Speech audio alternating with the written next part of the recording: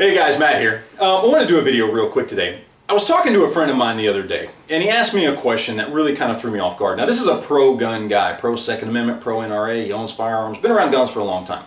He asked me the question, why does anybody need a 30-round clip? Now, before you jump on my ass about the clip thing, I know it's a magazine, not a clip. Those are his words, not mine. But the question itself really threw me off guard, and I didn't really know what to say at first. And when I did get to the point where I was like, okay, I know what I'm going to say, my first instinct was to say, well, it's my right to have it. Okay, it's my natural born right, as protected under the Second Amendment, to have this or to have this. And as long as I use them responsibly and I don't seek to do unjustifiable harm to anybody, then it's my right to have them. As we all know, at least on the pro-gun side of things, this is the ultimate defense against tyranny. And that is what the Second Amendment is about. It's not about sports shooting or hunting or anything like that. Those are just byproducts. It's about defending ourselves against tyranny in all its forms. Now, while I realize that that answer works really good for somebody who already kind of leans pro-gun, for people that lean anti-gun, that answer doesn't really work. So I wanted to put some information out there that hopefully would help some people out, either in answering that question, or if you're anti-gun anyway, maybe this will at least get you to think twice before saying that nobody should be allowed to have these. Now, every year about 12,000 people die from firearms. Now, some of that is criminal and criminal violence, some of that is justifiable homicides, and some of it is just despicable crime where one person kills another person unjustifiably. Now, in contrast to that, about 45,000 people die every year from car wrecks. Okay? Now, children is another big issue that's been brought up a lot lately. About 2,500 to 3,000 children die every year from parental abuse. All right? Far more children than die from firearms. Also, far more children than that die every year from drowning in swimming pools. All right?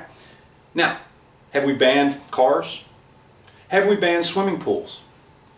Have we gotten to the point to where children are taken away from their parents at the hospital because we can't allow parents to raise their children for fear they might abuse them? No, we haven't done any of that. All things which are far more serious than firearms and the deaths that firearms create. Yet we've addressed none of those issues. Why?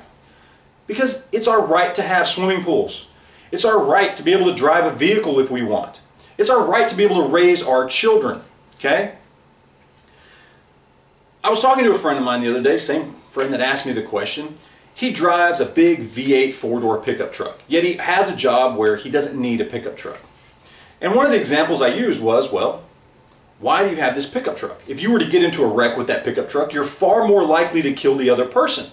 You should be driving around in a four-door, four-cylinder car because that's all you need. Right? Makes sense, doesn't it? But yet, we don't restrict people to that. We don't say that you can only have a pickup truck if you're in a position to where your job requires it. No, we let anybody buy a pickup truck. We let anybody have a swimming pool. And we let just about anybody have kids nowadays and raise them. Even those that don't deserve it. This is the argument we're talking about here, guys. It's about our rights. This is our right. This is our right to defend against tyranny. This is what it's good for.